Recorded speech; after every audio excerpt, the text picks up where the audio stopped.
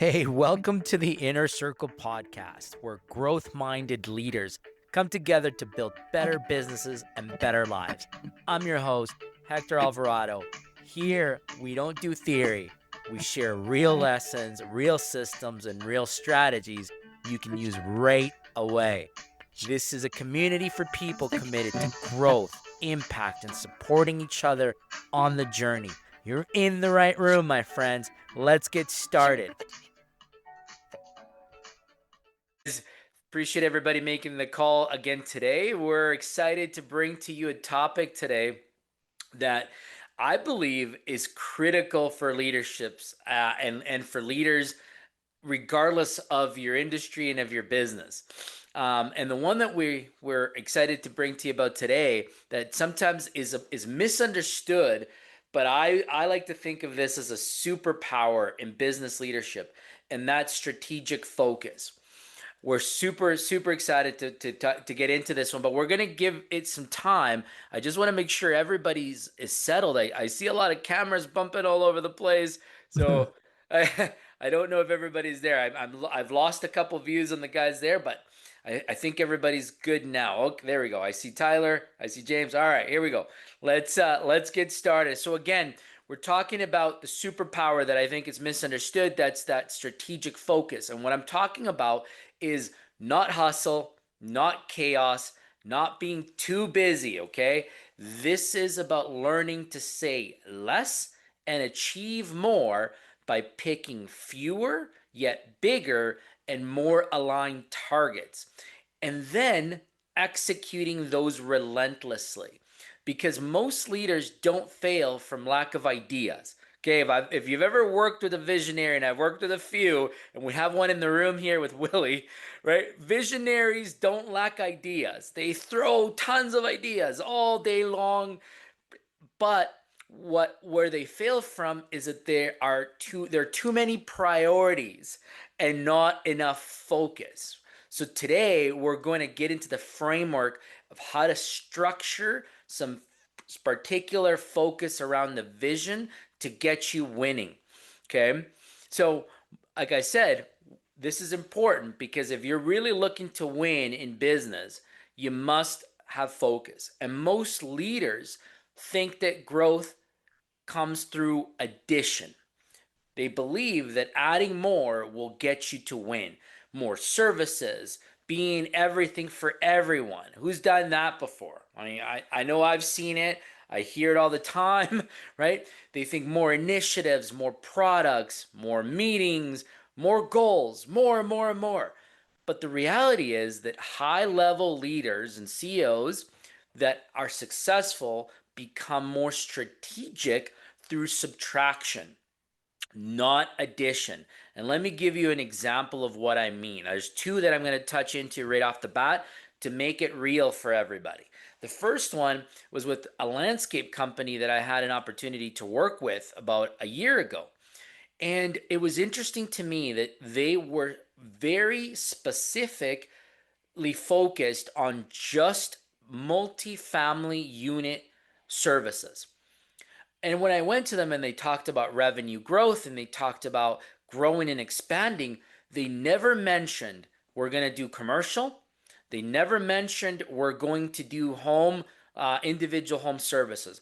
And I said to them many times, like, guys, you want to grow your revenue, you want to expand, but you don't want to look at this. Why?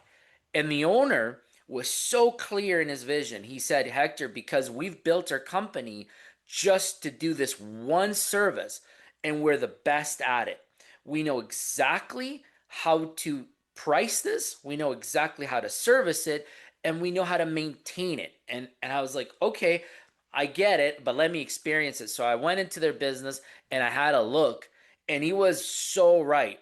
He had built teams that carried the equipment, the trucks, everything was so niched to be able to take care of multifamily units. They knew how many man hours it was going to take because that's all they did. They knew the type of equipment and trucks that they needed to buy because they weren't trying to do commercial. So they didn't need to go buy these massive skid steers and work their shifts 24 hours a day all in the middle of the night because they weren't doing commercial. They knew that they would work their people from 6 a.m. in the morning until 6 p.m. in the afternoon in the winter, 7 a.m. to 3 p.m. on the summers. So they attracted the right people. They just had it built so well. And guess what their EBITDA number was at? Over 30% year over year. So when they went to sell, they sold by 3 times the average market rate for what it was going on a multiplier perspective. So young entrepreneur couple, they were so niched, they did it the right way. But again, they were laser focused on providing a service catered to a specific client base. So a second example that I wanted to share with you, and what does this mean and how do you add more through less? At Willy's Trucking, as we were growing and as we were getting aligned, we were very specifically focused on time delivery. And so everything that we did became planned out to how do we deliver on time service. So from the types of works that we did, from flat deck to LTL to um, the ways that we arranged the loads on the vans were all strategically designed to allow us to meet our time critical deliveries. To give you an idea, we would make sure that when we went out to town and doing all the P&D pickups, so the local delivery, the local pickups, bring them back to the cross dock hub, we would bring them back in there and we would stage them. So we needed to have the floor space, and sometimes this meant trailers, but we would place them into trailers to hold that freight there to be ready to backload it. So when it delivered the next morning at its destination point, the time critical freight was the first one that came out. That was the way we started. Then as we grew our time critical commitments, we had time critical trailers. And they were all like the 5 a.m. to 6 a.m. ones were loaded into one specific trailer, and their departure times were they would cut off at like 9 p.m. They needed to leave Edmonton at 9 so that they were in Grand Prairie in time by 3 so that we could have them being delivered in GP and surrounding areas by 5 a.m. in the morning. Like we built out a network that was so niche focused. And so everything that we did from the way that we built our city operation was to allow us to have success at that other end. So those are some of the, the ideas and the real life examples that I wanted to share with the group. But let me give you something else, because you might think, okay, well, those sound cool, but who else has done it? I want some big names. Well, we don't have to look any further than Jeff Bezos, right? He's built Amazon on one ruthless focus, and that's customer obsession. That's what it is. It's all about the long-term thinking, and everything else was noise. He doesn't care about everything. He wants to know all about the customer experience. So it's niched that way to enable you and I to have a great purchasing experience when we go to the Amazon app. So, another one that I heard through my research is Warren Buffett. And he said the difference between successful people and very successful people is that very successful people say no to a lot of things. And Elon Musk, love him or hate him, but he runs multiple companies by focusing on clear, long horizon missions. So he wants to electrify transportation. He wants to make space travel a reality. And he wants to accelerate AI. That's what those companies are focused on. They're not trying to do anything else. He's building it all out to be that way because everything ladders, it scales to those missions. So, as your lesson, as we say, as a leader, is not to do more. It's to decide what you need to do more effectively. And that's the critical message here today, is to pick what's the thing that really will make you effective and successful. And so as a tool that we like to talk about here at OBS is creating a North Star or a goal, right? Like what's your 12-month North Star and what's your yearly goal that you're going to challenge you and your teams to go and relentlessly put in place. And so how do we do this? So ask yourself this simple question. And I'd like you all to, to think about this in your heads. If your business only accomplished one thing this year, what would change? Would it change everything for you? If you just accomplished one thing, would it change everything? Would it make you better? Would it make you more efficient? Would it bring you more profit? Would it bring you more or improved culture in your workplace? What would that one thing be if you could just relentlessly focus on that? That's your North Star. That is your ultimate filter for every decision. And examples of this, again, would be if I do this, can it increase my EBITDA margin by 10%? Right? Or if you don't understand what the EBITDA piece is can it increase my profit by 30%? Because you want your profit to be, to be as large as it can be. Can it build a relationship layers to remove the owner from everyday tasks? Can it build a structure to allow the owner to operate without your everyday involvement? Can it launch reoccurring revenue for predictable cash flow? If you did the one thing, can it do that? Can it reduce turnover and build a talent pipeline? Meaning, can it create the right culture in your workplace? Can you sell it to others to join the organization and bring top talent? And then break it down into quarterly strategic priorities. One per quarter, folks, is really all that you need. And I know you'll talk to people and they'll say, go do 5. We always tell people 1 to 3. Less is more. And in this case, there's a reason why we say less is more. Because if you are scattered, it creates scattered results. So if you're not aligned, if you're not focused, that's what's going to lead to that. So don't go selecting 5, 8 rocks. Just pick 1 to 3. That's a healthy number that you can be clearly aligned to delivering to every quarter. And then you ask yourself that again the next quarter, the next 90-day cycles. And when you do that, you get into the habit of checking your organization for staying focused on the vision that you would like to see achieved for your company. Right? And so we talk about vision and how does this flow? So vision leads to priorities. Priorities then lead to actions. And when you have actions, you will gradually lead into scorecards so that you can have accountability in your organization.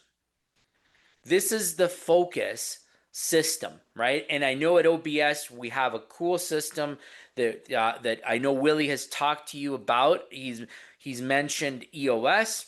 We like to call this the framework of the compass. But to be honest, to be transparent with you, what this really is a focused operating system. It layers in the descriptions of the key components that you, as business leaders, owners, and department heads, need to be aligned on. And that is your vision.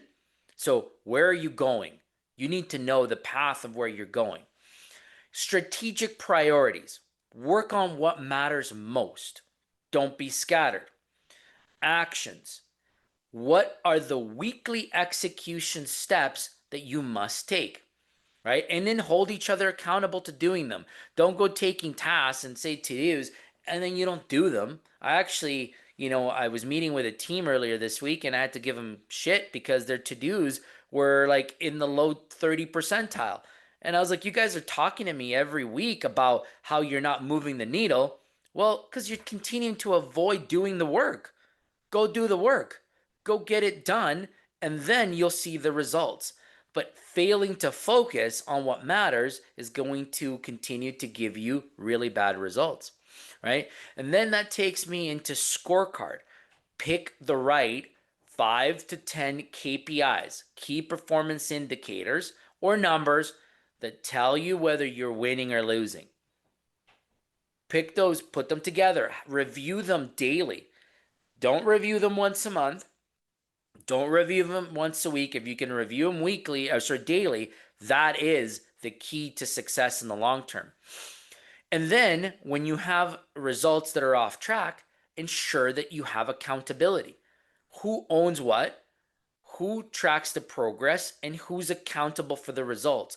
Assign accountability within your teams and hold people accountable. People, don't give somebody a KPI ownership and never ever hold them accountable. Don't ever do that, because that's never going to work for your organization, because you're going to come tell Willie or I, oh yeah, I have a scoreboard and I have owners. Oh yeah, and what are the scores? Are they in the green or red? Nah, they're in the red. And what do you do about it? Oh, we talk about it. Really? We talk about it, or do you do something about it? Do you actually go and ask, why is it in the red? What's preventing it? What's going to make that change? If you're not getting to that level of accountability, you're not going to move the needle. Okay. So I wanted to make sure we touched on the path to get there, because successful leaders don't keep just goals in their heads. They systemize the focus and they engage others to ensure that they get the results. An example of this, again, I like to always bring examples that are relatable. And we think about Netflix. They scaled by focusing on specific things: subscription model, content personalization, and original content. They weren't chasing trends, they were executing a long-term vision systematically. So, we'll get into some of these real life examples. I know Willie has a few things to share on his businesses, and we'll be looking to hear from you and how you are creating a vision and system for your companies, so that we can all learn some of the best practices. But I want to talk about mistakes first. Okay, so common leadership mistakes. These are some of the patterns that kill growth. All right, write these down. Number one, too many projects at once. Who's been in an organization where you're right? I'm in one. I know how it goes. You understand that you got things going, but man, all of a sudden you got this going and that going and this starting, and by the way, this is happening too. Too many projects at once. It will create chaos. It will create frustration, and it could kill growth. I know it's short-lived, and if you're strategic about it, you can get out of it and be successful. But be wary, be aware that too many projects at once is not an ideal situation.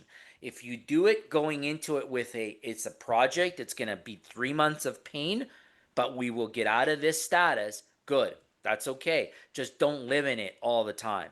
Okay. The next one is changing priorities weekly. If you're a leader that you change the next shiny object, you will create chaos and you will kill growth in your organization and for your teams. You have to be consistent in what those priorities are. Okay. The next one is delegation without metrics. I had somebody tell me the other day, oh, I've delegated that already, but it just never gets done. And I'm like, well, did you tell them when they needed to do it? And he said, actually, no, I didn't tell them when they needed to complete it. Well, then how then that's not delegating with success. You just gave somebody a task, but as far as they're concerned, they have all year to complete it. So don't get upset at them for not doing it. Get upset at you for not giving them the playbook on how to win the game. And then the individual understood what was missing. So just be mindful again of that, right? And lack of strategic meetings. This one frustrates me. I like to go into a meeting that has an outcome that will deliver accountability, clear objectives on what we're working on, and clear issues to discuss, and then let's go fix it. I I have said this to Willie, and I've said this to many others that know me. I am not a salesperson, and I don't like making sales visits, because I always feel like when I go to these sales calls, I'm having conversations that don't yield problem solving. They're all about making the other person feel a certain way. And I'm thinking about like, what's the issue to solve? If I don't have an issue to solve, I'm just feel like I'm wasting my time. And so I would like the team to be of the mindset of how do we become strategic in our meetings, looking for the issue to solve, and particularly when you're bringing people off the field into an hour long session. Those are, you're paying for that time, so it has to be an investment. Think of it in that sense. If they're stopped producing, they're not making you money. So the return on that investment, it has to be, we're going to complete the task that we choose to do today. And the last, what I think is a pattern or last mistake, is trying to fix every problem at the same time. You can't plug holes all the time. I get it. I understand that you have all these priorities, but you have to be strategic on finding the right solution for the right problem.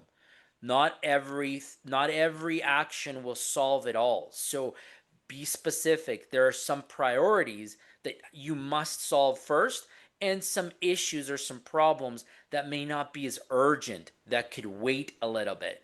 And that way, then you ensure you fix it the right way and you hit the root cause, not a symptom. Because what I find is most people start to hit on issues and they don't get deep enough. And that's why it continues to reoccur as an issue in your teams and in your organization. So I always like to think here that with these type of patterns, leadership is really about subtraction before addition. That means doing less but being more strategic in your approach. So, about the framework, we talked about the North Star. Okay, now pick your North Star. What outcome matters most to you this year? And I know the year's almost over, but just think, if it was already 2025 or 2026 and you're in that mode already, you should be, by the way, because it's November, so you should be thinking about 2026 now. This is the time of the year that you should be planning for 2026. Do not wait till January to start to plan for 2026. You'll be already behind the eight ball. So, what's one outcome that matters for you in 2026? Why does that matter for you? What breaks if you don't accomplish it? And what becomes possible if you do? So, let's think about that. How does it play out? Let's say that, your outcome next year is that you must expand into a new product line if you're a service provider. Okay, a new service offering. Why does it matter? Well, it's going to give us more revenue. Okay, what happens if we don't accomplish it? Well, if we don't accomplish that, that means that we can't grow because we've tapped out in our current offerings. But what happens if you do it? Well, if we do, then we're able to enter into a new segment. We're understanding that we can grow. This will allow us to then scale maybe into other areas, maybe other cities, and allow our business to continue to grow. So this is why these type of questions are important for us to ask each other, so that we can get clear on why these initiatives are priorities. And then we set those quarterly priorities. So 1 to 3 bold objectives. We like to call those rocks, but they're clear objectives. And then what you need to do to move them. So what initiatives do you need to take to make those reality? And then create a weekly execution plan. We like to call those your L10 meetings, where you're reviewing your execution week after week, right? And then in that L10 meeting, you have your scorecard review. 5 to 10 KPIs that are tied to your priority, that are tied to your goal, right? That could be your sales activity, your conversion rates, your one-time delivery or your on-time delivery, your customer churn, your net profit per route, per job, per customer, however you need to see the information, and team accountability metrics. Because if you can't measure it, you can't manage it. And if you can't see it weekly, you can't fix it. Okay. I want to make sure that that's clearly important for the business owners here. If you can't see it weekly, you can't fix it. It's something that most owners forget, that you need the data. The data has to be real. It has to be timely for your people to action it. I think we've talked about this before, and I'm sure Willie will relate. But when we first started at Willie's Trucking, the data was so old that it frustrated a lot of us, and in fact, it was causing us to fail because we didn't know what to work on. So you know and I'll close off by saying, the Willie's example for me was so critical in my career because it allowed me to have that experience of a major turnaround.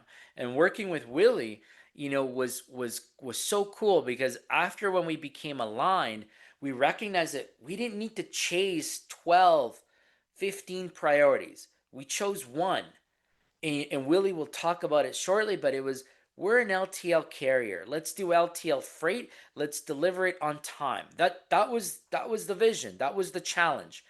And by doing so, we stopped the financial bleeding and built what I like to think was super excellent operational discipline. We focused on time performance, damage free delivery. Our driver standards and leadership accountability was like top notch because we wanted people that were aligned with what our challenge was, what the mission was. And because of that, then it yielded cost control and margin restoration that gave the organization the financial output and success that it was, right? But it all stemmed from that singular focus. It wasn't every hands on every project chaotic mentality. It wasn't that. It was clear strategic mentality. And that turned the company from losing millions, right? Into a very, very successful exit. So success loves clarity. So if you want to grow, simplify. If you want to scale, focus. And if you want freedom, especially those owners that are always talking about, I like some freedom, I'd like to be able to do more things, then systemize. You can't do it all, and you can't have it all put onto just one or two people. You need systems in your business. Okay. So, this week's assignment, this is like your call to action, is to define your North Star, define your goal for 2026. Select the priority that you're going to work on to close off this year, this quarter.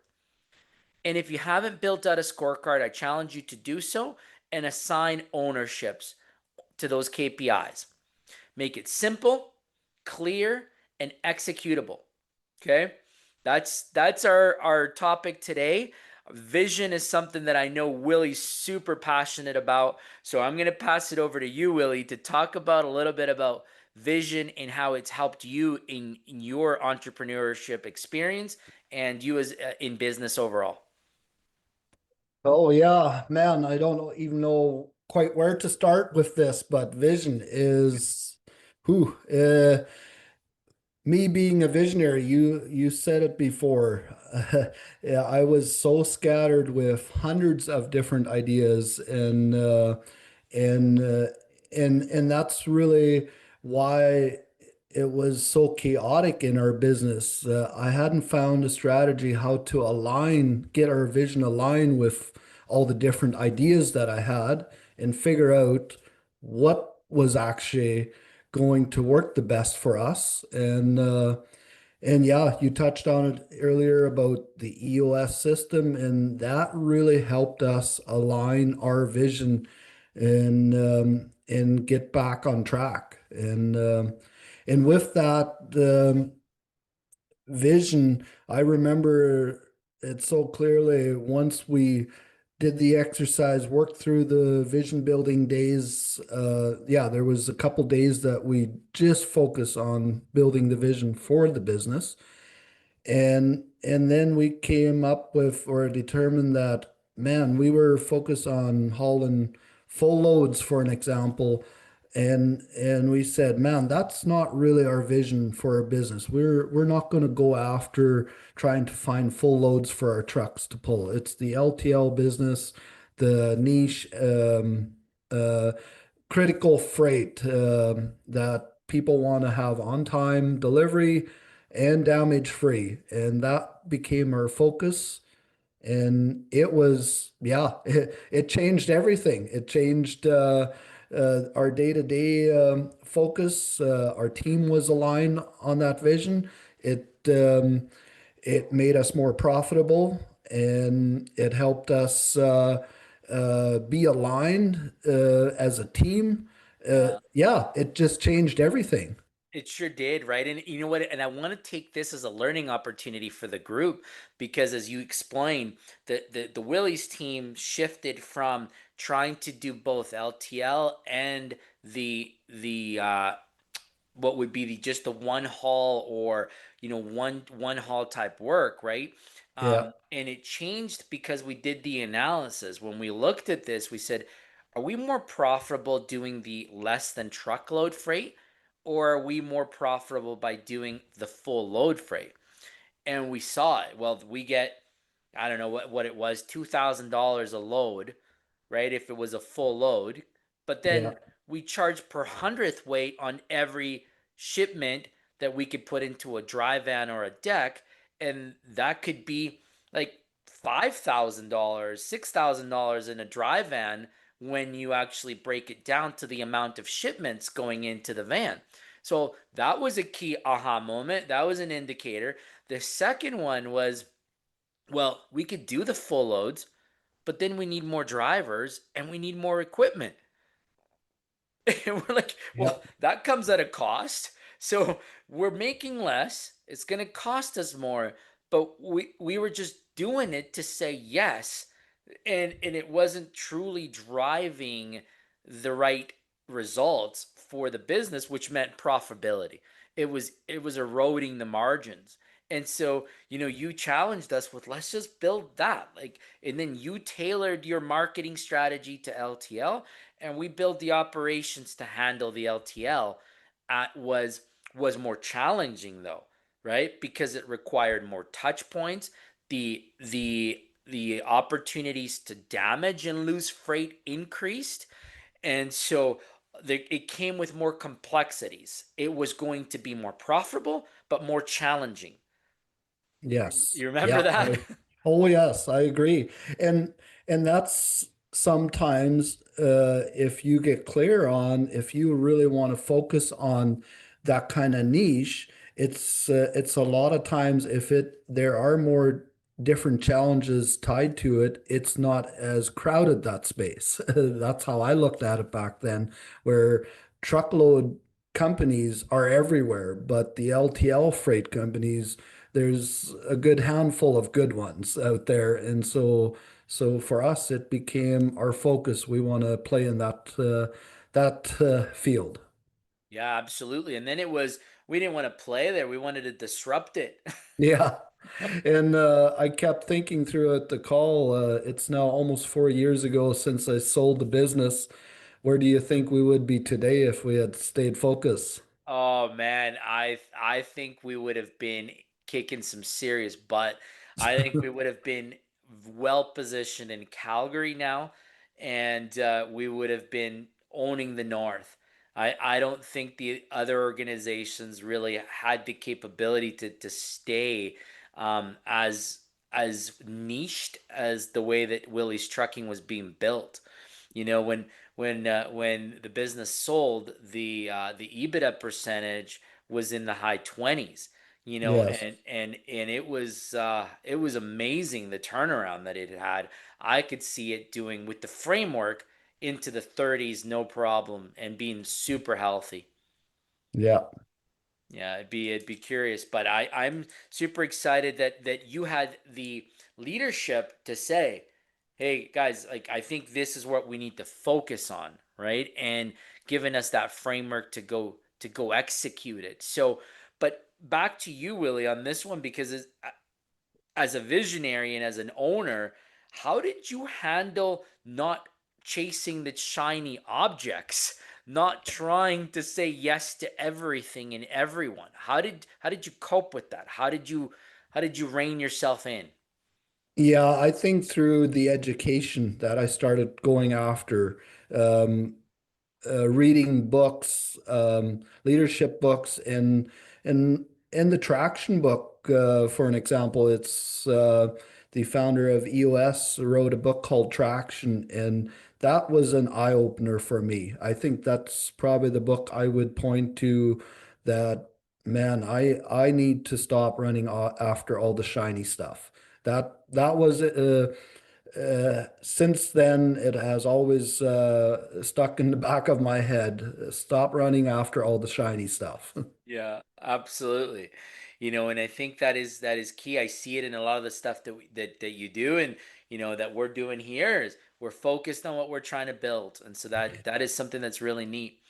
All right. And just to share, with our business here right now with the optimized business system, we a week ago we felt like, man, we're a little off track or not quite aligned with our vision where we're actually going, and so we just held vision building day here a couple days ago just to get aligned here. And we're super excited what we got planned now and what we're going to build out for the new year.